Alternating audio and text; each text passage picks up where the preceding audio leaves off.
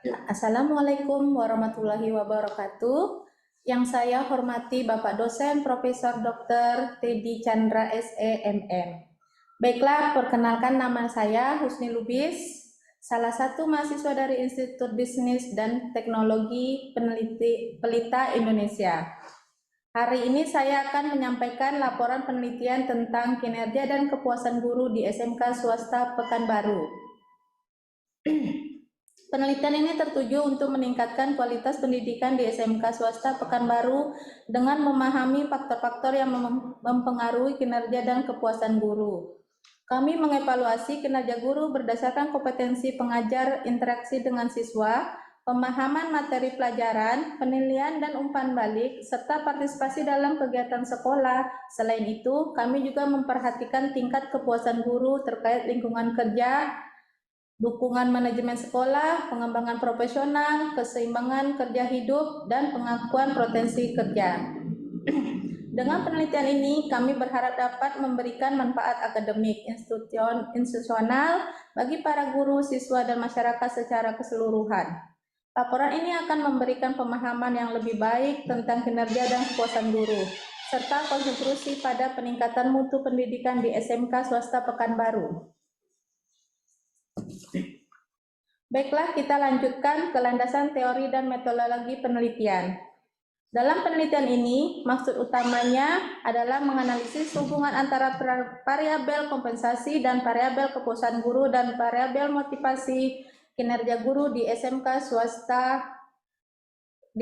Swasta Pekanbaru menggunakan analisis SEM atau struktur equation modeling dengan bantuan software AMOS. Untuk mencapai tujuan tersebut, kami mengacu pada beberapa teori yang relevan. Pertama, teori kinerja guru, termasuk teori kinerja organisasi dan teori efektivitas pengajar. Kemudian, kami mempertimbangkan teori kepuasan kerja, termasuk teori kepuasan kerja, Herbert, dan teori eksistensi. Kami juga menggunakan teori motivasi instruksi dan karakteristik serta teori harapan untuk memahami motivasi guru. Terakhir, dan konteks pengembangan profesional guru, kami mengacu pada teori pembelajaran guru dan teori komunitas belajar profesional. Untuk mengumpulkan data, kami menggunakan kuesioner yang akan didistribusikan pada guru-guru di SMK Swasta Pekanbaru. Kami melancarkan prosedur pengumpulan data yang berstruktur, menjaga kerahasiaan identitas responden, dan memastikan validitas dan reliabilitas kuesioner. Analisis data. Berikutnya adalah gambaran dari model penelitian. Terlihat bahwa kompensasi X1 berpengaruh terhadap kepuasan guru yaitu dan kinerja guru Y2. Begitu juga dengan motivasi X3 dan juga kepuasan guru berpengaruh kepada kinerja guru ditandai dengan arah panah pada gambar. Selanjutnya data berikut adalah data mentah yang sudah dibuat variabelnya. Seperti variabel kinerja guru dengan kode Y2, maka identitornya adalah turunan dari kode tersebut digunakan untuk indikator yaitu misalnya tabel indikator pedagogik dengan kode Y21. Kepribadian Y22 dan seterusnya bisa terlihat di tabel. Lalu pernyataan yang ada di tabel adalah poin-poin penilaian. Lalu juga di sumber sebagian variabel metode kita juga memiliki skala interval. Oke, selanjutnya dalam penelitian ini kami melakukan klarifikasi responden berdasarkan beberapa kriteria, termasuk unit kerja, pendidikan, usia, masa kerja, gender, dan status sertifikasi guru. Klarifikasi ini membantu kami memperoleh pemahaman yang lebih lengkap tentang kinerja dan kepuasan guru di SMK Swasta Pekanbaru. Dan data-data terlihat pada tabel-tabel dengan total responden sebanyak 103 guru. Baik, ini adalah tabel dari jawaban responden. Saya akan menjelaskan sedikit mengenai tabel ini. Misalnya pada variabel kinerja guru dengan kode Y2 dengan pernyataan pertama Y21 adalah pedagogik dan kode Y211 adalah pernyataan yaitu mengenali karakteristik peserta didik. Skor dinilai adalah 1-5 dengan beberapa persentase sesuai dengan jawaban responden. Untuk memudahkan memahami, saya akan hitung jika total responden 103, maka diketahui data sebagai berikut. Skor 1 sama dengan 100% responden. Skor 2 sama dengan 0%.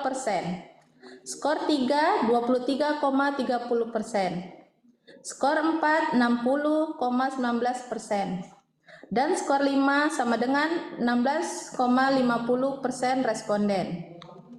Maka setelah ditambah hasilnya adalah 100%. Dan untuk membuat atau mengetahui rata-ratanya, tinggal kita gunakan rumus Aperoge pada Excel yang menantinya akan menghasilkan nilai seperti yang ada pada tabel. Lanjut ke bagian analisis data. Di sini saya akan menjelaskan sedikit tentang validasi dan rebalitis untuk memastikan keakuratan referensi dan konsistensi instrumen yang digunakan. Uji validitas merupakan proses evaluasi instrumen penelitian menggunakan perangkat lunak AMOS. Hasil menunjukkan bahwa indikator pada setiap konstruk memiliki loading faktor yang signifikan, menunjukkan pengaruh yang signifikan terhadap konstruktur diwakili. Selain itu, koleksi antara konstruk dan indikator juga menunjukkan hubungan yang insignifikan dengan korelatif yang lebih tinggi, menunjukkan keterkaitan yang lebih kuat antara konstruk dan indikatornya. Rincian hasil analisis validitas menunjukkan bahwa indikator X11, X13, X14, dan X15 memiliki loading faktor yang signifikan terhadap konstruk kompensasi. Indikator X31 dan X320 memiliki loading faktor yang signifikan terhadap konstruk motivasi.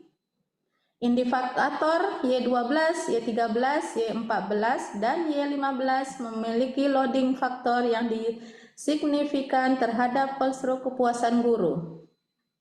Sedangkan indikator Y21, Y22, Y23, dan Y24 memiliki loading faktor yang signifikan terhadap konstruksi kinerja guru.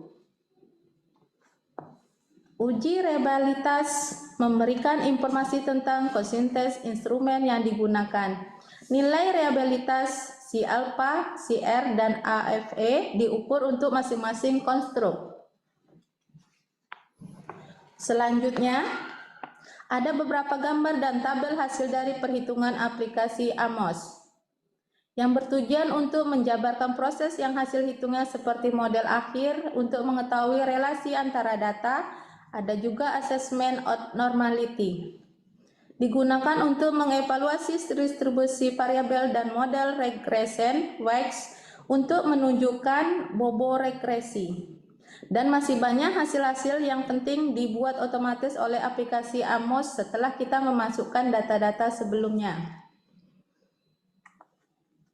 Interaksi analisis kritis yang mayoritas faktor-faktor yang penting yang perlu dilakukan perhatikan terhadap pengembangan kinerja guru dan kepuasan kerja guru melalui manajemen sumber daya manusia yang baik, pelatihan profesional, peningkatan lingkungan kerja, serta penghargaan insentif yang sesuai.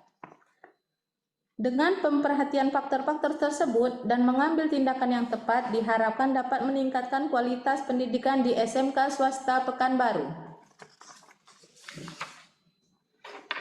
Sebelum saya tutup, berikutnya adalah kesimpulan dan saran, yaitu pertama, kesimpulan dari penelitian ini adalah guru-guru di SMK swasta Pekanbaru memiliki kinerja yang baik dalam berbagai aspek seperti pedagogik, kepribadian, sosial, dan supervisi.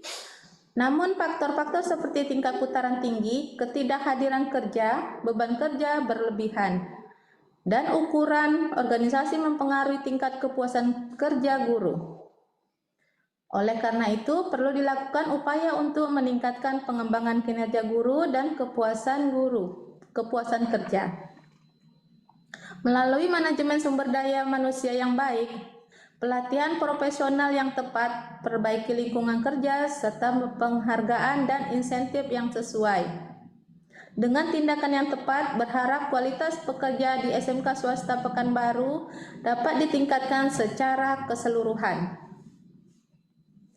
Dan saran setelah melakukan penelitian ini yaitu dalam rangka peningkatan kualitas pengajaran di SMK swasta Pekanbaru, perlu dilakukan langkah-langkah seperti pengembangan kompetensi guru melalui program pelatihan, manajemen sumber daya manusia yang efektif dan mengurangi tingkat putaran dan pengelolaan ketidakhadiran kerja.